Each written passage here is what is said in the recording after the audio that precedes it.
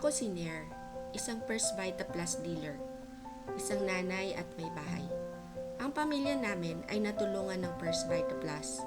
Ito rin ang nagmamotivate sa akin para i-share sa iyo ang mga produkto ng First Vita Plus dahil napatunayan ko ang bisa at galing nito. Hindi ka ba nagtataka? Sa dami ng gamot na naimbento, sa dami ng magagaling na doktor at espesyalista, sa ganda ng teknolohiya at pasilidad ng mga ospital, bakit ang dami pa rin nagkakasakit? Bakit may mga sakit na hindi pa rin magamot at nauuwi pa rin sa kamatayan? At bakit tila bumababa ang life expectancy ng mga tao? Habang umuunlad ang buhay, dumarami rin na mga bagong sakit. Noon ang hypertension, cancer, diabetes, sakit lang daw yan ng mayayaman. Pero ngayon, mayaman o mahirap hindi naligtas. Noon sabi nila, ang mahirap, gulay ang kinakain. Ang mayaman, karne. Pero nag-iba ng panahon. Ang mga may kaya sila ang nakakakain ng organic at safe food. At ang mga kapos sa buhay madalas ay nakaasa sa instant at processed food. Dahil ito ang mura, mabilis, at madaling iluto. Noong araw walang refrigerator. Kung gusto mo ng gulay, pupunta ka sa mga bakuran mo. At kung gusto mo ng tinola, huhulihin mo yung manok. Fresh, organic, natural. Ngayon, puno ng chemical fertilizers ang lupa. Ginagamitan ng pesticide ang mga pananim. At dahil sa polusyon sa lupa, hangin at tubig, bumababa na rin ang kalidad ng mga prutas at gulay. At alam mo ba, kahit mga isda sa ilog at dagat ay may banta ng mercury contamination. Lalo na yung walang kaliskit, hindi lang pagkain. May epekto rin ang free radicals at polusyon sa paligid. Leptospirosis, pneumonia, dengue, dulot ng baha at climate change. Radiation mula sa gadgets, unhealthy habits, paninigarilyo, alak, kulang sa tulog, stress, sedentary lifestyles. At syempre, diet na mataas sa fats, sugar, asin, preservatives, at mababa sa fiber. Kaya hindi nakakapagtaka bakit marami ang sakitin.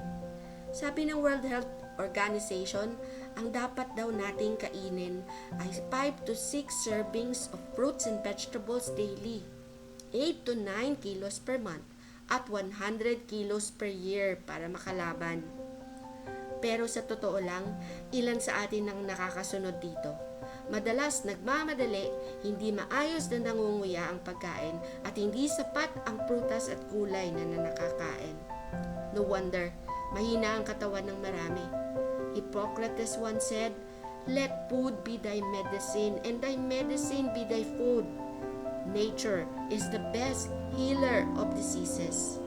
At ayon din sa Biblia, Ecclesiastes 47 verse 12, "The fruit thereof shall be for meat, and the leaf thereof for medicine."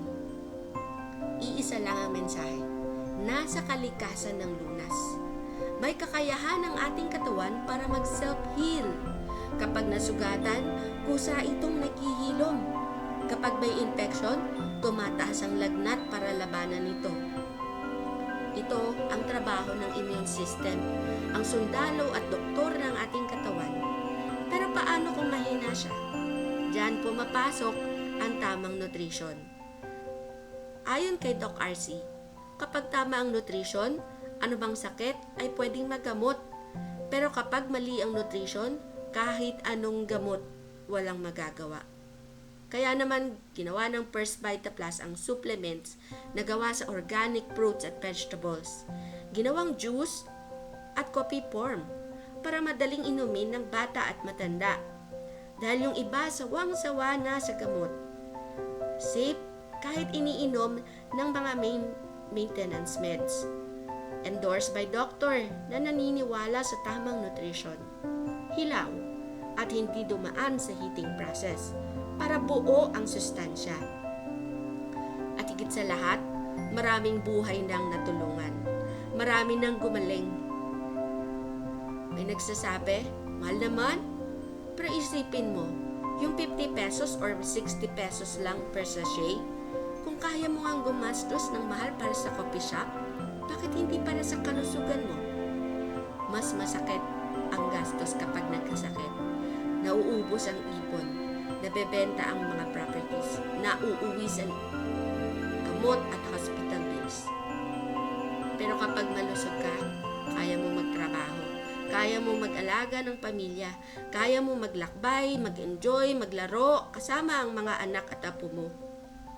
Health gives you freedom. At ang tunay na yaman ay ang malusog na katawan.